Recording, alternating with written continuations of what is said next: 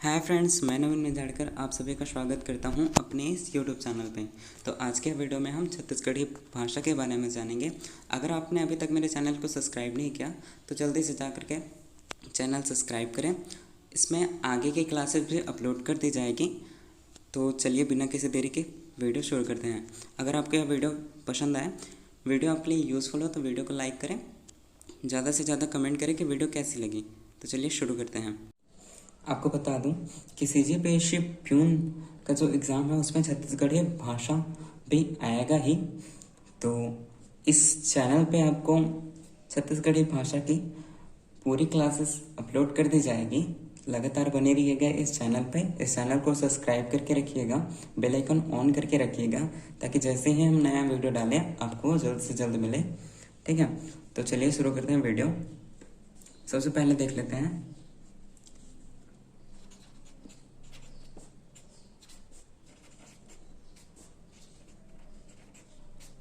छत्तीसगढ़ी भाषा का जन्म। ठीक है, छत्तीसगढ़ी भाषा का जन्म हुआ अर्ध मागधी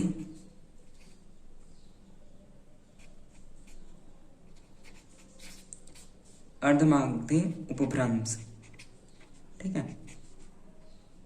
मतलब छत्तीसगढ़ी भाषा का जन्म अर्धमागधी उपभ्रंश से हुआ। ठीक है, और छत्तीसगढ़ में कुल बोले जाने वाली बोलियां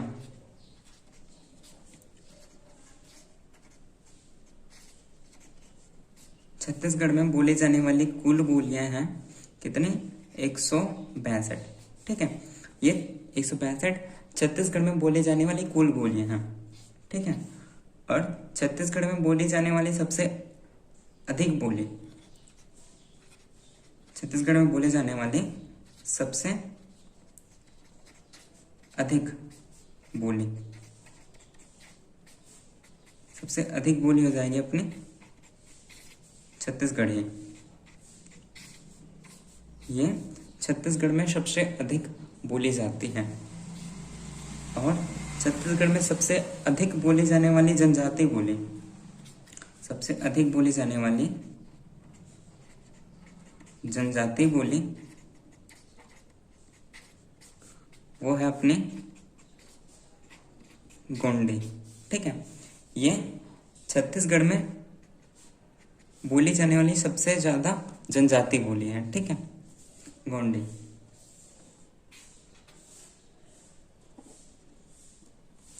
छत्तीसगढ़ी भाषा का अध्ययन हल्बी व भात्री, छत्तीसगढ़ी भाषा हल्बी व भात्री भाषाओं का अध्ययन है। ठीक है, हल्बी व भात्री भाषाओं का अध्ययन।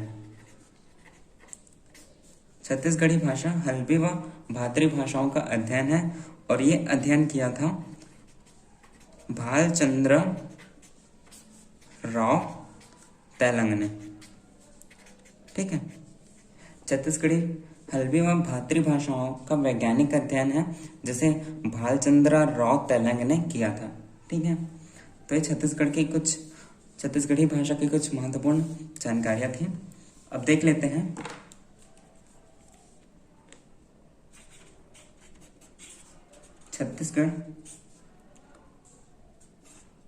छत्तीसगढ़ के भाषा परिवार। ठीक है,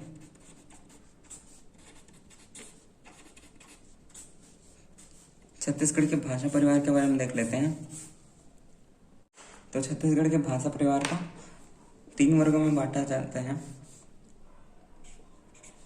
पहला, मुंडा भाषा परिवार की बोली।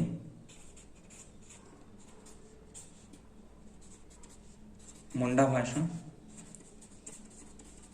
परिवार की बोली। ठीक है, दूसरा, द्रविड़ भाषा परिवार की बोली। द्रविड़ भाषा परिवार की बोली। तीसरा हो जाएगा आर्य भाषा आर्य भाषा परिवार। ठीक है, तो छत्तीसगढ़ के भाषा परिवार को 3 भागों में बांटा गया है। मुंडा भाषा परिवार को पहले देखते हैं। मुंडा भाषा परिवार की सबसे प्रचलित बोलियां,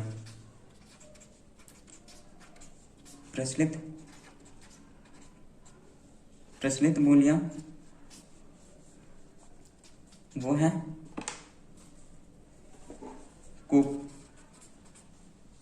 कोरकू। ठीक है, ये बिलासपुर क्षेत्र में बोले जाते हैं।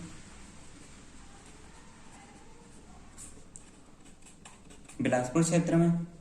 फिर देख लेते हैं, और आ जाता है कोरवा बोली। ये सरगुजा कोरबा रायगढ़, सरगुजा कोरबा रायगढ़ बिलासपुर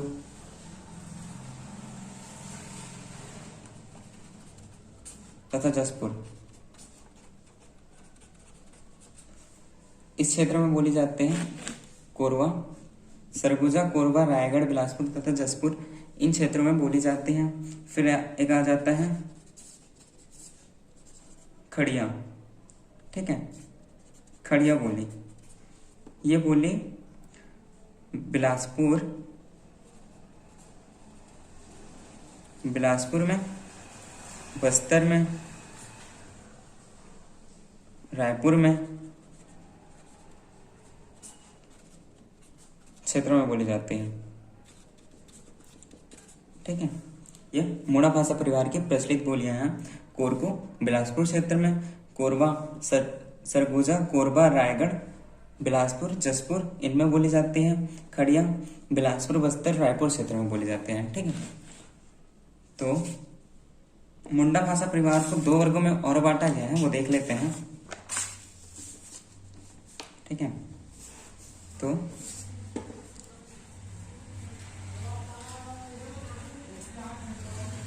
मुंडा भाषा परिवार, इसको पहला प्राक दक्षिणी मुंडा। ठीक है, और दूसरा प्राक उत्तरी मुंडा। ठीक है, 2 भागों में इसे बांटा गया है। प्राक दक्षिणी मुंडा, इसके अंतर्गत ना गदबा एक प्रकार की बोली होते हैं, गदबा और वो खड़िया। ये 2 बोली आती है। प्राक दक्षिण मुंडा के अंतर्गत गदबा और खड़िया 2 बोली आती हैं। वैसे प्राक उत्तरी मुंडा के अंतर्गत कोकरू आ जाती है। प्राक उत्तरी मुंडा के अंतर्गत कोरकू आ जाती है। मवासी बोली आ जाती है। निहाली आ जाती है। विदहो बोली आ जाती है। नागेशिया बोली आ जाती है। श्रोता बोली आ जाती है। मांझी आ जाती है इसी में। ठीक है, ये कुछ बोलियां हैं जो प्राक उत्तरी मुंडा में आती हैं और गदबा और खड़िया प्राक दक्षिणी मुंडा के अंतर्गत आती हैं। ठीक है, तो ये इससे प्राक मुंडा परिवार कंप्लीट होता है। फिर देखते हैं द्रविड़ भाषा परिवार के बारे में। दूसरा है अपना, तो देख लेते हैं हम द्रविड़ भाषा परिवार के अंतर्गत इनकी प्रमुख बोलियां हैं। इस भाषा के अंतर्गत आते हैं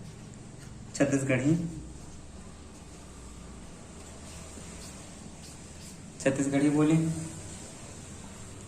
आपको बता दूं कि छत्तीसगढ़ी भाषा को राजभाषा बनाया गया 28 नवंबर। ठीक है, 28 नवंबर 2007 को छत्तीसगढ़ी को राजभाषा ना छत्तीसगढ़ को राजभाषा 28 नवंबर सन 2007 में घोषित किया गया। ठीक है, घोषित कर दिया गया। और फिर इसी छत्तीसगढ़ी बोली को प्राचीन में कोसली कहा जाता था। ठीक है, और इसकी लिपि देवनागरी लिपि है। देवनागरी लिपि है। ठीक, बारे में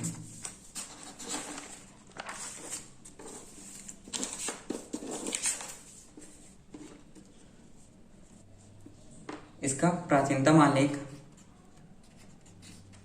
आलेख दंतेवाड़ा से प्राप्त होता है।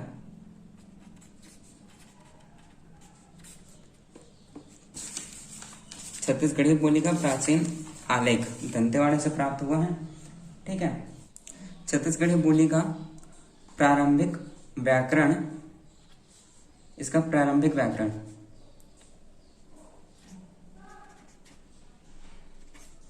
1890 में लिखा गया था। ठीक है, 1890 में लिखा गया, और ये लिखा गया था हीरालाल काव्योपाध्याय।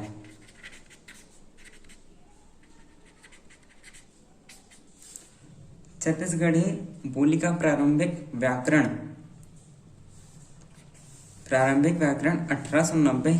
1890 में लिखा गया, जो कि लिखा गया था हीरालाल काव्योपाध्याय के द्वारा। ठीक है, और आपको बता दूं छत्तीसगढ़ी शब्द का प्रथम प्रयोग, इसका प्रथम प्रयोग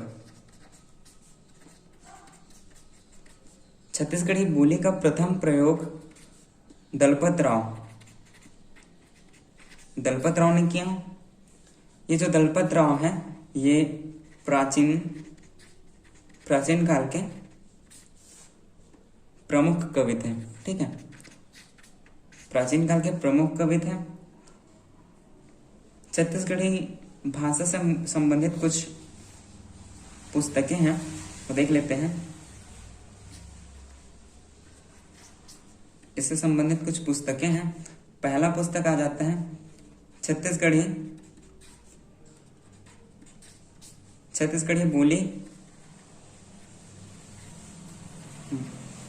बोली का शास्त्रीय अध्ययन।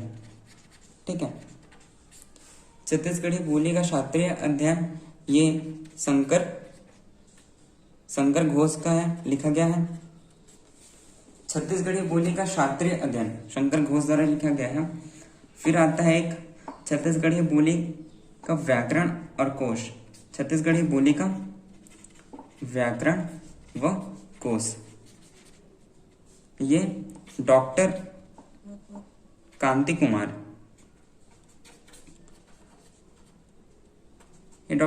कुमार द्वारा लिखित है। ठीक है, ये पुस्तक डॉक्टर कांति कुमार द्वारा लिखित है। फिर एक पुस्तक आ जाता है छत्तीसगढ़ी भाषा का उद्विकास। छत्तीसगढ़ी भाषा का उद्विकास। ठीक है, ये डॉक्टर नरेंद्र वर्मा द्वारा लिखित है। ठीक है, तो ये छत्तीसगढ़ द्रविड़ भाषा परिवार के प्रमुख बोली छत्तीसगढ़ी का है। ठीक है, छत्तीसगढ़ी यहीं पे कंप्लीट होता है। फिर देख लेते हैं इसके आगे, और उसके बाद आते हैं एक बोली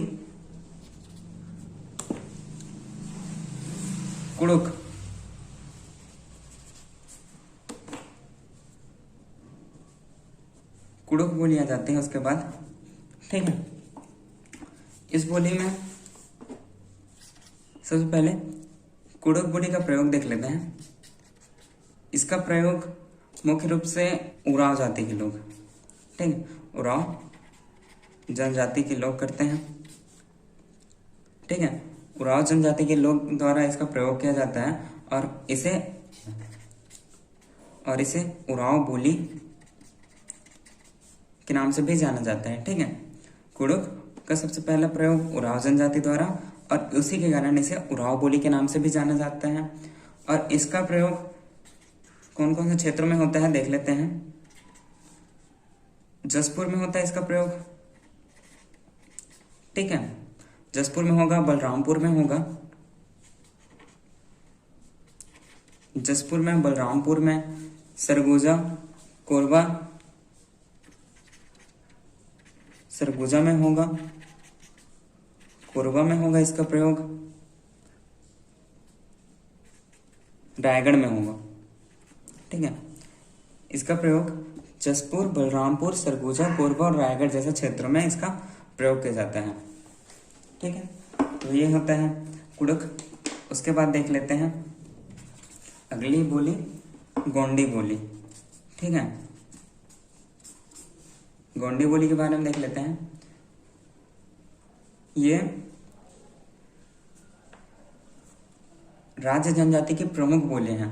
ठीक है, राज्य जनजाति द्वारा बोली जाने वाली प्रमुख बोली,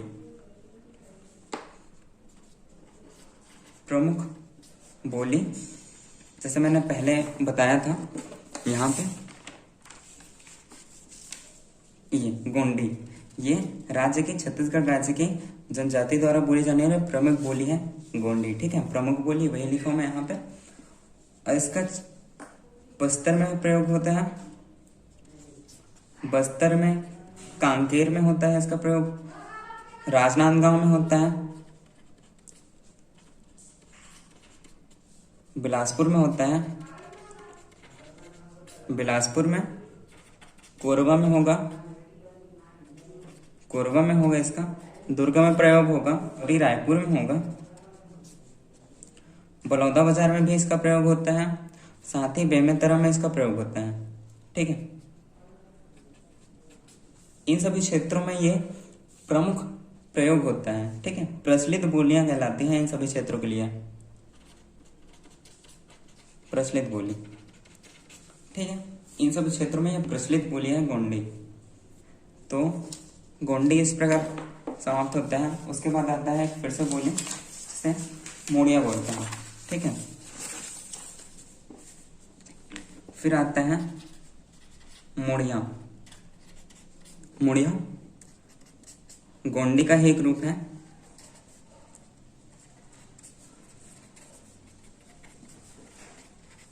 गोंडी का ही एक रूप है मोड़िया। ठीक है, मोड़िया जनजाति के लोग इसे प्रयोग करते हैं। ठीक है, इसका कोंडागांव में इसका प्रयोग होता है, कोंडागांव में होगा, नारायणपुर में होगा,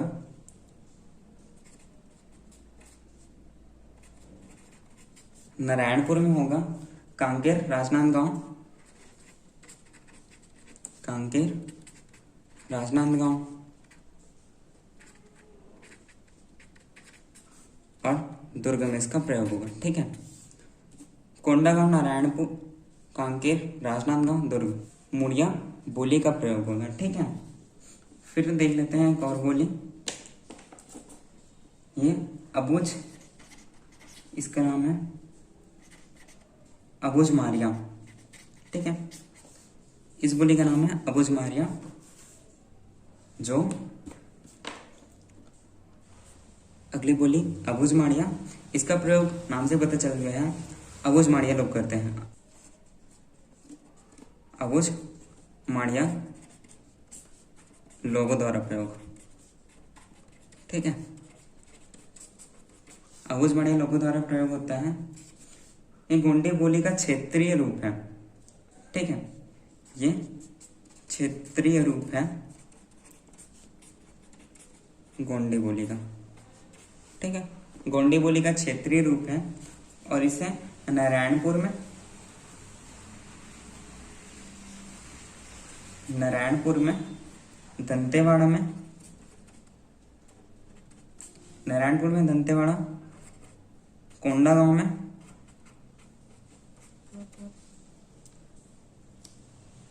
बीजापुर में इसका प्रयोग होता है। ठीक है, नारायणपुर, कोंडागांव, दंतेवाड़ा, बीजापुर में इसका प्रयोग होता है। तो इस प्रकार हमारा द्रविड़ भाषा परिवार भी कंप्लीट होता है। ठीक है, तो मुंडा भाषा परिवार द्रविड़ भाषा परिवार की बोली समाप्त होता है। अब देख लेते हैं आर्य भाषा परिवार के बारे में। ठीक है, तीसरा है आर्य भाषा परिवार। आर्य भाषा परिवार हो जाता है तीसरा। इसमें प्रमुख बोली हो जाती है हल्बी, जिसे हल्बा जनजाति के लोग द्वारा प्रयोग किया जाता है। हल्बा जनजाति के लोग इसे प्रयोग करते हैं। इसका क्षेत्र हो जाएगा बस्तर, दुर्ग, राजनांदगांव। ठीक है, बस्तर, दुर्ग और राजनांदगांव में हल्बी बोली का प्रयोग होता है। फिर इसे में दूसरा आ जाता है भत्री। ठीक है, तो ये भत्रा जनजाति के लोग इसका प्रयोग करेंगे।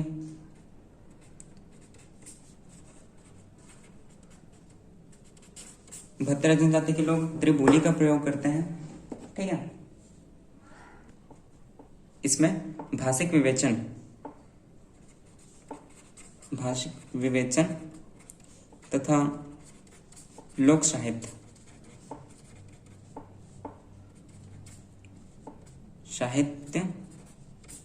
लोक साहित्य का संग्रह मिलता है। ठीक है, भाषिक विवेचन तथा लोक साहित्य का संग्रह भत्री बोली में मिलता है।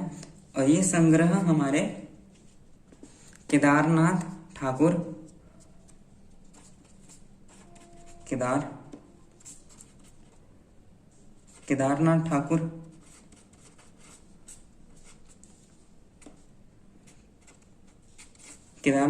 ग्रियर्सन जैसे आदि के ग्रंथों में मिलता है। ठीक है, तो इस प्रकार हमारा भत्री बोली कंप्लीट होता है। फिर देख लेते हैं सदरी बोली। ठीक है, तो इस बोली का प्रयोग रायगढ़ में इसका प्रयोग होता है, जसपुर में इसका प्रयोग होता है, ऐसे क्षेत्रों में इसका प्रयोग होता है। ठीक है, और इसका मुख्य प्रयोग राज्य में खैरवार, मुंडा, कोरबा व उरांव जनजाति के लोगों द्वारा इसका मुख्य प्रयोग किया जाता है। ठीक है, तो फिर से देख लेते हैं आगे। लास्ट बोली आर्य भाषा परिवार की लास्ट बोली है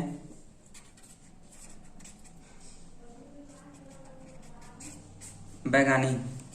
ठीक है, इससे बैगा जनजाति के लोग करते हैं प्रयोग। बैगा जनजाति द्वारा इसका प्रयोग किया जाता है। ये